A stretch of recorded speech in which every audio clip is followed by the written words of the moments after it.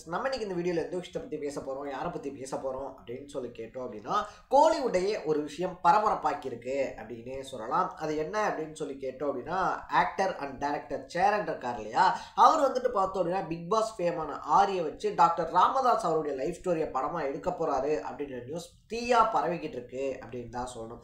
இது ஏன் இன்னைக்கு தீயா பரவுது அப்படின்னு சொல்லி பார்த்தோம் அப்படின்னா, கிட்டத்தட்ட தன்னுடைய 87வது வயசில் வந்துட்டு பார்த்தோம் அப்படின்னா மருத்துவர் ராமதாஸ் இருக்கார் இல்லையா, அவர் காலடி எடுத்து வச்சிருக்காரு அப்படின்னு தான் சொல்லணும். ஸோ இன்னைக்கு இருக்கக்கூடிய கிட்ஸுக்காக இருந்தாலும் சரி, இல்லை பல யங்ஸ்டர்ஸுக்குமே வந்துட்டு பார்த்தோம் அப்படின்னா ராமதாஸ் தமிழக அரசியல் இருக்கு இல்லையா, தமிழக அரசியல் காலத்தில் ஏற்படுத்தின தாக்கம் அப்படின்றத பற்றி தெரியாமல் இருக்கும் அப்படின்னு தான் சொல்லணும். ஸோ இன்னைக்கு வந்துட்டு பார்த்தோம் அப்படின்னா அப்பா கூட சண்டை போட்டு பார்த்தோம்னா அவருடைய மதிப்பையாக இருந்தாலும் சரி, மரியாதையாக இருந்தாலும் சரி, அன்புமணி ராமதாஸ் குறைச்சிக்கிட்டு இருக்கக்கூடிய நேரத்தில் ஒரு காலகட்டத்தில் வந்துட்டு பார்த்தோம் அப்படின்னா அவர் யார் கூட கூட்டணி வைக்கிறாரோ அந்த கட்சி தான் ஜெயிக்கும் அப்படின்னு சொல்லிட்டு அரசியல் வட்டாரங்கள் நம்பக்கூடிய அளவுக்கு வந்துட்டு பார்த்தோம் அப்படின்னா ஒரு ஸ்ட்ராங்கான பவர் பாயிண்டா தமிழக அரசியல் களத்துல இருந்த ஒருத்தர் அப்படின்னு தான் சொல்லணும். ஸோ ஸ்டார்டிங் ஸ்டேஜஸ்ல வந்துட்டு பார்த்தோம் அப்படின்னா 2 ரூபா டாக்டர் அப்படின்ற பேர்ல வந்துட்டு தன்னுடைய ஊர்ல மருத்துவம் பார்த்துக்கிட்டு இருந்தவர், அதுக்கப்புறமா பார்த்தோம் அப்படின்னா ஒரு கட்சி ஆரம்பிக்கிறாரு. அந்த கட்சி வந்துட்டு பார்த்தோம் அப்படின்னா பின்னாட்கள்ல தமிழக அரசியல் களத்துல தாக்கத்தை ஏற்படுத்தி இருந்தாலும் கூட இன்னைக்கு சூழ்நிலையில வந்துட்டு பார்த்தோம் அப்படின்னா டாம் அண்ட் ஜெர்ரி மாதிரி அப்பா மகனே வந்துட்டு அடிச்சுக்கிட்டு இருக்கும்போது கட்சி என்னுடையது, கொடி உன்னுடையது, நான் தான் தலைவர், நீ தான் தலைவர் அப்படின்னு சொல்லிட்டு மாற்றி மாற்றி அறிக்கை விட்டுக்கிட்டு இருக்காங்க அப்படின்னே சொல்லலாம். ஸோ இன்னைக்கு 87வது பிறந்த நாளை கொண்டாடக்கூடிய ராமதாஸ் இருக்கார் இல்லையா, அவருக்கு நம்ம சேனல் சார்பாக ஒரு ரொம்ப பெரிய வாழ்த்து அப்படின்றத சொல்லிட்டு, யார் இந்த ராமதாஸ், அவர் கடந்து வந்த அரசியல் பாதை அப்படின்றது என்ன, அதை தாண்டி ராமதாஸினுடைய எதிர்காலம் அப்படின்றது இப்போ என்னவா இருக்கு அப்படின்ற மாதிரி பல விஷயங்களை தான் இந்த வீடியோவை நம்ம பேச போகிறோம். அதுக்கு முன்னாடி நம்ம சேனலுக்கு நீங்கள் புதுசாக வந்திருந்தீங்க அப்படின்னா இதே மாதிரி அப்பப்போ அப்டேட்டாக போயிட்டு இருக்கக்கூடிய விஷயங்கள் இருக்கு இல்லையா, அது கரண்ட் அஃபேர்ஸாக இருந்தாலும் சரி, பாலிடிக்ஸாக இருந்தாலும் சரி, ஸ்போர்ட்ஸாக இருந்தாலும் சரி, அப்பப்போ அப்டேட்டாக போயிட்டு இருக்கக்கூடிய விஷயங்களை நீங்கள் தொடர்ந்து தெரிஞ்சுக்கணும் அப்படின்னு ஆசைப்பட்டீங்கன்னா மறக்காம சேனலை ஃபாலோ அண்ட் சப்ஸ்கிரைப் பண்ணிக்கோங்க. ஸோ ஃபர்ஸ்ட் ஆஃப் ஆல் வந்துட்டு பார்த்தோம் அப்படின்னா ராமதாஸ் இருக்கார் இல்லையா, விழுப்புரத்தில் இருக்கக்கூடிய திண்டிவனம் அப்படின்ற கிராமத்தில் கீழ்விசிறி அப்படின்ற இடத்துல தான் பார்த்தோம் அப்படின்னா பிறக்கிறாப்புல. பிறந்ததுக்கு அப்புறமா அவருடைய ஸ்கூல் டேஸ்லாம் வந்துட்டு அந்த கிராமத்தை சுற்றியே போகுது. அதுக்கப்புறமா காலேஜ் டேஸ் வந்துட்டு பார்த்தோம் அப்படின்னா அவர் சென்னைக்கு போகிறாரு.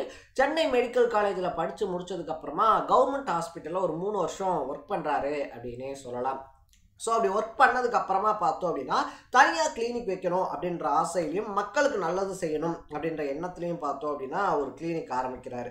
ஸோ அந்த கிளினிக்கு வரக்கூடியவங்க இருக்காங்க இல்லையா, அவங்க எல்லார்ட்டையுமே வந்துட்டு பார்த்தோம் அப்படின்னா 2 ரூபாய்க்கு 3 ரூபாய்க்கு வைத்தியம் பார்க்குறது அப்படின்னு சொல்லி பண்ணதுனால அந்த ஏரியா சரௌண்டிங்கில் வந்துட்டு 2 ரூபா டாக்டர் அப்படின்னு சொல்லிட்டு பேரும் எடுக்கிறாரு அப்படின்னே சொல்லலாம். இப்படி போயிட்டே இருக்கும்போது தான் வந்துட்டு திடுதிப்புன்னு அவருடைய பார்வை அவர் சார்ந்த சமுதாயத்தின் மேலேயுமா விழுகுது. நம்ம சமுதாயத்தை சார்ந்தவங்க மட்டும் பார்த்தோம் அப்படின்னா ரொம்ப கீழ்மட்டத்திலே இருக்கிற மாதிரி இருக்கே, அப்ப நம்ம அடுத்த ஜெனரேஷனுக்கு வந்துட்டு ஏதாவது பண்ணணும், நம்ம சமுதாயத்தை சார்ந்தவங்களுக்கு ஏதாவது பண்ணணும் அப்படின்றதுனால அந்த சமுதாயத்தை சேர்ந்த தலைவர்கள் எல்லாத்தையுமே போய் மீட் பண்றாரு. இந்த மாதிரி நம்ம சமுதாயத்தை சேர்ந்த இளைஞர்கள் இருக்காங்க இல்லையா, அவங்களுக்கு நம்ம ஏதாவது பண்ணணும், ஏதாவது ஒரு நல்லது பண்ணணும் அப்படின்னு சொல்லிட்டு கிட்டத்தட்ட 28 வன்னியர் சங்கங்கள் ஒன்றிணைச்சு பார்த்தோம் அப்படின்னா ஒரே வன்னியர் சங்கமா கொண்டு வராப்ல. ஸோ 28 சங்கங்களை ஒன்றிணைச்சு ஒரு வன்னியர் சங்கம் அப்படின்னு சொல்லிட்டு ஒன்று உருவாக்குறாரு. அது உருவாக்குனதோட மட்டும் இல்லாமல் பார்த்தோம் அப்படின்னா தொடர்ந்து பல விஷயங்களுக்காக போராடுறாரு அப்படின்னே சொல்லலாம். அந்த மாநாடு உருவாக்கப்பட்டது வந்துட்டு பார்த்தோம் அப்படின்னா 1980s. ஸோ உருவாக்கப்பட்ட வருஷமே வந்துட்டு இடஒதுக்கீடு பிரச்சனைக்காக இருந்தாலும் சரி, அதை தாண்டி வந்துட்டு பார்த்தோம் அப்படின்னா இந்த இடஒதுக்கீடு இருக்கு இல்லையா, அது வன்னியர்களுக்கு மட்டும் கிடையாது, பிற ஜாதியினருக்கும் வந்துட்டு அவங்க மக்கள் தொகைக்கு ஏற்ற மாதிரி கிடைக்கணும் அப்படின்னு சொல்லிட்டு தொடர்ந்து போராடுறாரு அப்படின்னு தான் சொல்லணும். எல்லா ஜாதியினரும் இருக்காங்க இல்லையா, அவங்களுக்கு வந்துட்டு இந்த மக்கள் தொகை அப்படின்றது வந்துட்டு அடிப்படையில் இடஒதுக்கீடு தரணும். வன்னியர் சமுதாயத்துக்கு பார்த்தோம் அப்படின்னா மாநில அளவில் 20% இடஒதுக்கீடும் தேசிய அளவில் 2% இடஒதுக்கீடு அப்படின்றத தரணும். அது மட்டும் இல்லாமல் தாழ்த்தப்பட்ட ஜாதி இருக்காங்க இல்லையா, அவங்களுக்கான இடஒதுக்கீடு அப்படின்றத 18%லேருந்து 22% அங்கீகரிக்கணும் அப்படின்ற மாதிரி பல போராட்டங்களை முன்னெடுத்து பண்ணுறாரு அப்படின்னே சொல்லலாம். ஸோ அப்படி வந்துட்டு 17/9/1987 23/9/1987 அந்த ஒரு வாரம் அவங்க பண்ண அந்த போராட்டம் அப்படின்றது இருக்கு இல்லையா, தமிழ்நாட்டில் மறக்க முடியாத போராட்டங்களில் அதுவும் ஒன்று அப்படின்னே சொல்லலாம். அப்படி அவர் போராடினதன் விளைவாக பார்த்தோம் அப்படின்னா அன்னைக்கு பல உயிர்கள் பலி கொடுக்கவும் பட்டுச்சு அப்படின்னு தான் சொல்லணும். கிட்டத்தட்ட 21 பேர் இறந்ததோட மட்டும் இல்லாமல் 18,000 பேர் வந்துட்டு கைதும் செய்யப்படுறாங்க. இதுக்கப்புறமா வந்துட்டு பார்த்தோம் அப்படின்னா எம்ஜிஆர் இருக்கார் இல்லையா, அவர் உடம்பு சரியில்லாமல் இருந்து அமெரிக்காவிலேருந்துலாம் ரிட்டர்ன் ஆகிறாப்புல. ரிட்டர்ன் ஆகி வந்துட்டு ராமதாஸோடலாம் பேசி ஏதாவது ஒரு நல்ல முடிவு எடுப்போம் அப்படின்னு சொல்லி சொன்னாலும் அதுக்கு அடுத்த வருஷமே இறந்து போறாரு. அப்புறமா வந்துட்டு பார்த்தோம் அப்படின்னா கலைஞர் இருக்கார் இல்லையா, 1989 வன்னியர் மட்டும் இல்லாம கிட்டத்தட்ட ஒரு 108 சமுதாயத்துக்கும் எல்லாத்தையும் சேர்த்து மோஸ்ட் பேக்வேர்ட் கிளாஸஸ் அப்படின்னு சொல்லிட்டு ஒரு பிரிவை ஒதுக்குறாரு.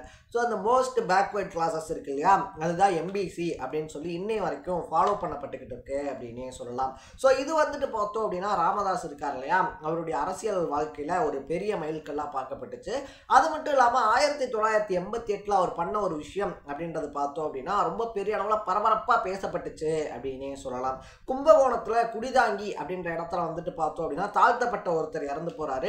ஸோ அவர் வந்துட்டு ஊர்வலமா எடுத்துட்டு வர்றதுக்கு பார்த்தோம் அப்படின்னா வன்னியர் சமுதாய தெரு இருக்கு இல்லையா, ஸோ அந்த தெரு வழியா வரக்கூடாது அப்படின்னு சொல்லிட்டு ஒரு ரொம்ப பெரிய பிரச்சனை நடக்குது. டைரக்டா அந்த இடத்துக்கு போன ராமதாஸ் இருக்கார் இல்லையா, அவர் வந்துட்டு பார்த்தோம் அப்படின்னா அந்த சவத்தை வந்துட்டு அவர் மேல சுமக்கிறாரு. சுமந்ததோட மட்டும் இல்லாம என்ன பண்றாரு அப்படின்னு பார்த்தோம்னா, எந்த தெரு வழியா போகக்கூடாதுன்னு சொன்னாங்களோ, எந்த வன்னியர்கள் சொன்னாங்களோ அதே தெரு வழியை தான் சொந்த சமுதாயத்தை சார்ந்தவங்களை எதிர்த்து பார்த்தோம் அப்படின்னா கொண்டு போய் அந்த உடலை நல்லடக்கம் பண்றாரு அப்படின்னே சொல்லலாம். இப்படி பல அதிர்ச்சிகளா இருந்தாலும் சரி, அதிர்வலைகளையா இருந்தாலும் சரி, தமிழக அரசியல் களத்துல ஏற்படுத்துறதுக்கு ராமதாஸ் இருக்கார் இல்லையா, அவர் தயங்கினதே கிடையாது அப்படின்னு தான் சொல்லணும். அது மட்டும் இல்லாம இன்னைக்கு வந்துட்டு எல்லாருமே சமம், எல்லாருமே சரிசமம் அப்படின்னு சொல்லி பேசப்பட்டிருக்கக்கூடிய காலகட்டத்தில் பார்த்தோம் அப்படின்னா தாழ்த்தப்பட்ட சமுதாயத்தை சார்ந்த ஒருத்தர் முதலமைச்சரா மாறணும் அப்படின்னு சொல்லிட்டு அன்னைக்கு காலகட்டத்திலேயே பேசின ஒருத்தர் அப்படின்னே சொல்லலாம். பேசினதோட மட்டும் இல்லாம வந்துட்டு பார்த்தோம் அப்படின்னா கட்சியினுடைய பொதுச் செயலாளர் பதவி அப்படின்றது இருக்கையா, அதுல தாழ்த்தப்பட்ட இனத்தை சார்ந்தவங்க தான் என்னைக்குமே இருப்பாங்க. அது மட்டும் இல்லாம வந்துட்டு தாழ்த்தப்பட்ட இனத்தை சார்ந்த பலருக்குமே தன்னுடைய கட்சியில இருந்து போட்டியிடுறதுக்கான வாய்ப்பு, அது எம்எல்ஏக்கா இருந்தாலும் சரி, எம்பிக்கா இருந்தாலும் சரி, போட்டியிடுறதுக்கான வாய்ப்பு அப்படின்றத பல டைம் கொடுத்து பல எம்எல்ஏக்கள், பல எம்பிக்கள், பல அமைச்சர்களை உருவாக்கி இருக்காரு அப்படின்னு தான் சொல்லணும். ஸோ அரசியல் அப்படின்றத வந்துட்டு பார்த்தோம் அப்படின்னா வெறும் வாய் வார்த்தையா மட்டும் பேசாம அதை செயல்பாட்டின் மூலியமாகவும் செஞ்சு காமிச்சவரு அப்படின்னா அது கண்டிப்பா ஐயா ராமதாஸ் அப்படின்னே சொல்லலாம். இப்படியெல்லாம் வந்துட்டு பார்த்தோம் அப்படின்னா ஒரு வீரமிக்க வரலாறு, வீரியமிக்க வரலாறு அப்படின்றது பாமகக்கு ஒரு காலகட்டத்தில் இருந்திருந்தாலும் அன்புமணி ராமதாஸை கொண்டு வந்தது அப்படின்றது பார்த்தோம் அப்படின்னா தான் விரல வச்சே தான் கண்ணை குத்திக்கிறது அப்படின்னு சொல்லுவாங்க இல்லையா. ஆரம்பத்தில் வந்துட்டு என்னதான் அப்பாவுக்கு சப்போர்ட்டான பிள்ளையா இருந்தாலும் இப்போ வந்துட்டு அப்பாவுக்கு குடைச்சல் கொடுக்கக்கூடிய பிள்ளையா ராமதாஸ் மாறி இருக்காரு அப்படின்னே சொல்லலாம். ஸோ ராமதாஸை படிக்க வச்சது முதல் தப்பு, அவர் அரசியலுக்கு கொண்டு வந்தது என்னுடைய 2வது தப்பு அப்படின்னு சொல்லிட்டு வாய் விட்டு புலம்பக்கூடிய அளவுக்கு வந்துட்டு பார்த்தோம் அப்படின்னா ராமதாஸினுடைய அரசியல் அப்படின்றது படு மோசமான நிலைமைக்கு போய்கிட்டு இருக்கு அப்படின்னே சொல்லலாம். ஸோ ராமதாஸ் மீண்டும் பழைய ராமதாஸா திரும்பி தமிழக அரசியல் களம் அப்படின்றத அதிர வைப்பாரா அப்படின்றத நம்ம 2026 தேர்தலில் தான் பார்க்கணும். அதுக்கு அவர் எடுக்கக்கூடிய கூட்டணி முடிவுகளாக இருந்தாலும் சரி, அதை தாண்டி தான் சொந்த பையன் கூட நடத்திக்கிட்டு இருக்கக்கூடிய உட்கட்சி சண்டைகளையா இருந்தாலும் சரி, அவர் எப்படி கையாள போறாரு அப்படின்றத நம்ம வெயிட் பண்ணி தான் பார்க்கணும். ஸோ நீங்க ராமதாஸ் இருக்கார் இல்லையா, அவரை பத்தி என்ன நினைக்கிறீங்க அப்படின்றத கமெண்ட்ல போட்டு இதே மாதிரி அப்பப்போ அப்டேட்டா போயிட்டு இருக்கக்கூடிய விஷயங்கள், அது கரண்ட் அஃபேர்ஸா இருந்தாலும் சரி, பாலிடிக்ஸா இருந்தாலும் சரி, ஸ்போர்ட்ஸா இருந்தாலும் சரி, அப்பப்போ அப்டேட்டா போயிட்டு இருக்கக்கூடிய விஷயங்களை நீங்க தொடர்ந்து தெரிஞ்சுக்கணும் அப்படின்னு ஆசைப்பட்டீங்கன்னா மறக்காம சேனலை ஃபாலோ ஒன் சப்ஸ்கிரைப் பண்ணிக்கோங்க. நாளைக்கு இதே மாதிரி இன்னொரு இன்ட்ரெஸ்டிங்கான வீடியோட சந்திக்கலாம். Bye by.